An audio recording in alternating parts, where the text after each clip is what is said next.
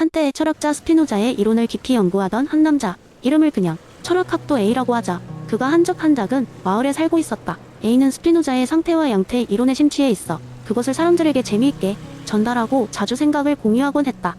어느 날 A는 마을 사람들에게 이 흥미로운 철학적 개념을 조금 다른 방식으로 소개해보기로 마음먹었다. 그는 마을 광장 한가운데 있는 큰 나무 아래에 자리를 잡고 몇 개의 색색깔 구슬을 손에 들고 있었다. 모두들 이리로 와서 제가 이 작은 구슬들을 가지고 설명할 이야기를 들어보세요. A. 목소리에 마을 사람들이 하나둘 모여들기 시작했다. 스피노자의 이론을 들어보신 적 있으신가요? 그가 말한 상태와 양태에 대해서 설명해드리기 위해 이 구슬들을 준비했습니다. A는 미소를 지으며 말했다. A는 먼저 큰 투명한 유리 항아리를 하나 꺼냈다. 이 항아리를 상태라고 생각해보세요. 이 항아리는 독립적으로 존재할 수 있고 모든 다른 것들을 담고 있는 유일한 존재입니다. 사람들이 고개를 끄덕이며 고심하는 모습을 보며 A는 작은 색깔 구슬들을 하나씩 꺼내 항아리에 넣었다. 이 다양한 색깔의 구슬들을 양태라고 할 수 있습니다. 이들은 모두 항아리와 분리될 수 없고 항아리 안에 있어야 비로소 존재할 수 있습니다. 각각의 구슬은 독립적으로는 존재하지 못하고 항아리라는 상태에 의존합니다. 그러나 일단 시작된 설명은 쉽사리 끝나지 않았다. A는 이어서 물리적인 예시를 통해 이 개념을 더욱 심화시켜 설명해 나갔다. 여러분, 이 항아리 속의 구슬을 통해 각기 다른 사물, 생각, 존재들을 생각해보세요. 우리는 모두 이 항아리, 즉 유일한 상태의 다양한 양태입니다. 결국 우리는 모두 하나로 연결되어 있습니다. 이 말을 듣고 있던 마을 사람들 중 한 아이가 손을 들었다. 그러면 우리가 각각 다른 사람들은 그냥 별개의 존재가 아니란 말이죠? A는 웃으며 대답했다. 맞아요. 우리는 사람들이 아니라 하나의 이동기에서 나온 여러 가지 표현들입니다. 예를 들어 이 구슬 중 빨간색은 우리의 감정, 파란색은 우리의 생각, 초록색은 우리의 신체를 나타낼 수 있지 않을까요?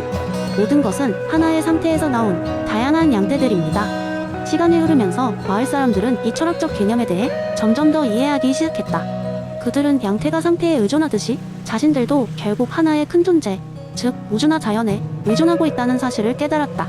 이렇게 A는 스피노자의 상태와 양태 이론을 통해 마을 사람들에게 하나됨의 중요성과 통합적 사고의 필요성을 재미있고 간단하게 전달할 수 있었다. 사람들은 이제 각자 따로 떨어져 있는 개별 존재가 아니라 하나의 큰 그림의 일부분임을 깨닫고 더욱 조화로운 삶을 살게 되었다. 결국 A는 철학적 개념을 현명하게 풀어내어 마을 사람들과 소통하며 이론을 실생활에 적용시키는 데 성공했다. 그 뒤로도 A는 종종 마을 사람들과 이런저런 철학적 이야기를 나누며 그들의 일상에 깊이를 더해주는 시간을 자주 가졌다. 마을 사람들은 이제 스스로의 존재를 더 깊고 풍요롭게 느끼며 더욱 하나된 마음으로 공동체를 꾸려나가기 시작했다. 두 번째 이야기. 과거 어느 한 작은 마을, 플레어빌이라는 이름의 조용하고 평화로운 곳이 있었습니다. 이 마을에는 매년 한 번씩 큰 축제가 열렸는데 이번 해는 지식의 축제라는 테마로 꾸며지게 되었습니다. 마을 사람들은 존 로크의 백지설에 대해 들은 적이 있었지만 그 깊은 의미를 정확히 이해하지 못하여 누구나 쉽게 이해할 수 있는 강연이나 설명이 필요해졌습니다. 이때 마을에서 가장 지혜롭다고 소문난 미제 할아버지가 나섰습니다. 그는 사람들에게 백지설에 대해 설명하는 독특한 방법을 생각해냈습니다. 축제 첫날, 미제 할아버지는 마을의 커다란 광장 한가운데에 거대한 하얀 천을 펼쳐놓았습니다. 마을 사람들은 무슨 일이 벌어지려는지 궁금해하며 삼삼오오 모여들기 시작했습니다. 할아버지는 손에 커다란 붓을 들고 천 앞에 서서 미소를 지었습니다. 마을 사람들 모두 여기에 귀를 기울여 주십시오. 오늘 우리 모두는 백지, 즉 아무것도 적혀있지 않은 하얀 페이지에 대해 알아볼 겁니다. 사람들은 수군거리며 흥미롭게 바라보았고 미제 할아버지는 붓을 천에 대고 첫 번째 선을 듣기 시작했습니다. 이 천은 우리가 태어날 때 가지고 있는 마음입니다. 여기에 아무것도 적혀있지 않죠. 그는 붓을 내려놓고 주변에서 작은 색깔 도구들을 모아 사람들에게 나눠주었습니다. 이제 여러분들이 각자 작은 그림을 그려주시기 바랍니다. 무엇을 그리고 싶은지 아무 상관없습니다. 그냥 마음 가는 대로. 순식간에 어린아이부터 어른까지 모두가 천 위에 각자의 그림을 그리기 시작했습니다. 나비, 나무, 강아지, 해바라기, 그리고 추억 속의 장면들까지 다양한 그림들이 천 위에 서서히 채워지기 시작했습니다. 그 후 미제 할아버지가 그림이 완성된 천을 들고 다시 설명을 이어갔습니다. 여러분, 우리가 이 천 위에 무언가를 그렸듯이 우리 마음도 이와 같다는 겁니다. 우리가 태어났을 때는 아무것도 적혀있지 않은 백지였지만 우리 경험과 학습, 관찰을 통해 이렇게 많은 것들이 채워지게 됩니다. 사람들은 고개를 끄덕이며 이해하기 시작했습니다. 특히 어린아이들은 자신들이 그린 그림을 자랑스럽게 바라보며 눈을 빛냈습니다. 그러니 여러분, 우리는 누구나 처음부터 지식을 가지고 태어나는 것이 아닙니다. 모두가 각자의 경험을 통해 세상을 배우고 이해하게 되는 것입니다. 아무리 작은 경험이라도 그것이 우리의 마음에 새로운 그림을 그리게 합니다. 자, 이제 우리가 이 백지를 어떻게 채울지 생각해봅시다.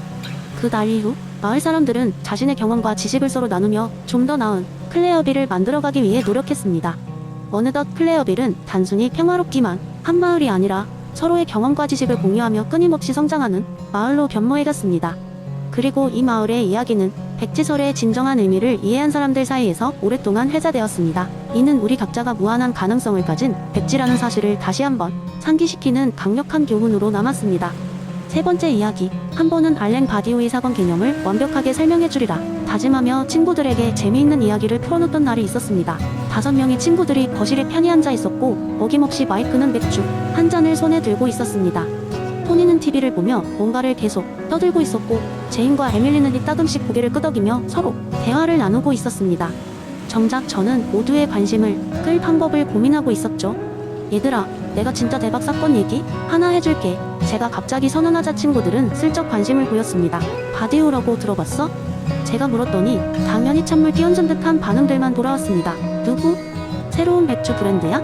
마이크가 헛소리를 던졌고 저는 마구잡이로 얻어대며 분위기를 띄우려 했었죠. 아니, 철학자야. 엄청 중요한 현대 철학자거든. 근데 얘가 사건에 대해 말한 게 되게 재미있어. 잘 들어봐. 니들 이거 진짜 웃길 거야. 제가 본론으로 들어가려 했지만 설명을 어떻게 유머스럽게 풀어낼지 고민이 되었습니다. 그래서 떠오른 재미있는 이야기를 장난스럽게 꺼내보기로 했습니다. 어느 날 밤 알랭 바디우는 무척 특이한 꿈을 꾸었어. 꿈에서 그는 노트르담 대성당 앞에 있는 큰 광장에 서 있었지. 그런데 갑자기 하늘에서 커다란 폭죽이 터졌단 말이야. 그 순간 프랑스 혁명처럼 난리가 났어. 표현이 갑자기 거칠어지자 친구들은 좀 더 집중하기 시작했습니다. 주변 사람들은 다들 혼비대산하며 광장을 돌고 있었지. 하지만 그중 한 인물, 바로 바디우. 자신은 폭죽 속에서 나타난 거대한 불꽃 마법사랑 눈이 딱 마주쳤단 말이야. 마법사는 내가 진리를 찾아야 한다 고 외쳤어. 바디우는 깜짝 놀라서 다시 집으로 뛰어가려고 했는데 그의 발이 갑자기 땅에 박힌 나무 뿌리에 걸려 넘어지고 말았어. 크크크, 그거 진짜 바디우? 토니가 믿을 수 없다는 듯 물었습니다. 물론 아니지. 그냥 재미 붙인 거야. 암튼 그 순간 바디우는 헉, 이게 바로 내가 말한 사건인가? 하며 번개 맞은 것처럼 깨달은 거지. 그러니까 그게 뭔데? 제인이 진지하게 물었습니다. 바디우는 사건을 기존 질서나 구조를 근본적으로 변형시키는 돌발적 현상이라고 생각했어. 그 일로 인해 사람들은 진정한 진리와 만나고 자신의 삶을 새롭게 구성할 기회를 잡게 되는 거지. 종교, 정치, 예술, 사랑에서 어떻게든 이런 일이 벌어질 수 있어. 그러니까 바디우는 넘어진 걸로 진리를 깨달았다는 거야? 에밀리 가킬킬 웃으며 물었습니다. 이야기가 그런 비유지. 진짜 그랬다는 건 아니고 결국 우리가 일상에서 만나는 어떤 사건이든 그것이 우리의 삶과 사고를 뒤흔들 정도의 충격이 되면 그걸 통해 새로운 가능성과 진리를 발견하게 된다는 거야. 친구들은 여전히 웃으며 저를 놔두었지만 그날 밤 저는 바디우의 철학을 조금이나마 이해시키기 위해 작은 사건을 일으켰던 것 같았습니다. 그 이후로도 가끔 친구들은 노트르담과 바디우 사건 이야기를 꺼내곤 했으니까요. 어떤 일이든 그게 뭔가를 변화시킨다면 이 또한 바디우가 말한 사건이 한 모습일 테니까요. 네 번째 이야기, 어느 날 한 과학자 친구 관웅장에 있는 나를 찾아왔다. 실은 그 친구가 기가 막힌 일을 계획하고 있다고 했다. 그는 얼굴 가득한 미소를 띄우며 로봇을 개발하고 있는데 로봇은 아시모프의 로봇공학의 3원칙을 완벽하게 준수한다고 말했다. 나는 귀를 솔깃하게 세우며 얘기를 들었다. 그 친구의 이름은 알렉스였다. 알렉스는 이미 여러 차례 나에게 별의별 재미있는 얘기를 해주곤 했지만 이번 얘기는 더 특별했다. 3원칙을 완벽히 따르는 로봇이라고 하니 정말 흥미로웠다. 알렉스는 이야기의 시작을 이렇게 했다. 저번에 완성한 로봇 오즈-5 알고 있지?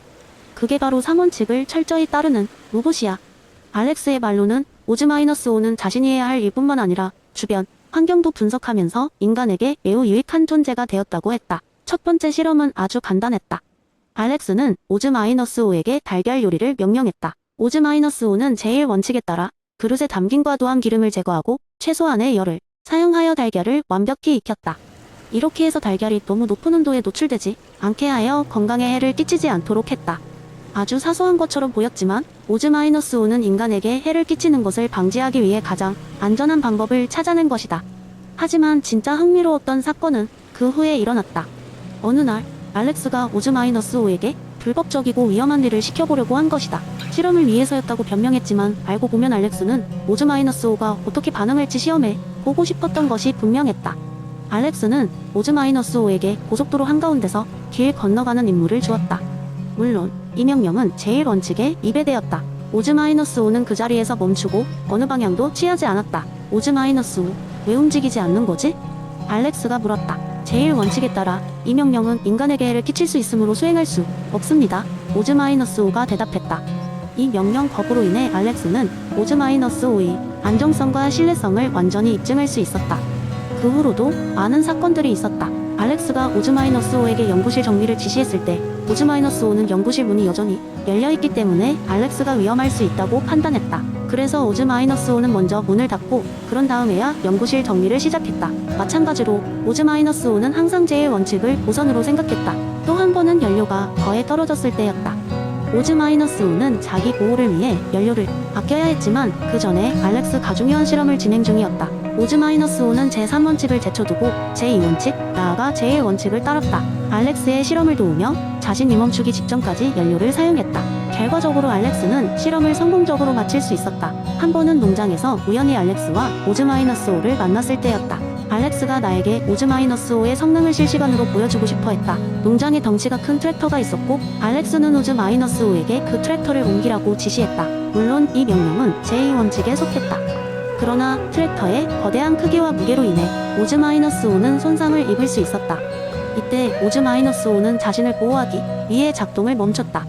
알렉스는 3원칙이 완벽하게 통합된 오즈-5는 진정한 혁신이다. 이것은 미래의 로봇과 인공지능이 어떻게 작동해야 하는지를 보여준다며 매우 자랑스러워했다. 나는 그날 저녁 다시금 아시모프의 3원칙을 떠올리며 알렉스와 오즈-5의 이야기를 마음속으로 되새겼다. 3원칙이 단순한 소설 속 이론이 아니라 실제로도 얼마나 중요한 가이드라인이 되는지를 깨달았다. 이것이야말로 우리가 인간과 로봇 간의 유기적인 협력 관계를 어떻게 발전시켜 나가야 할지를 보여주는 진정한 사례였다.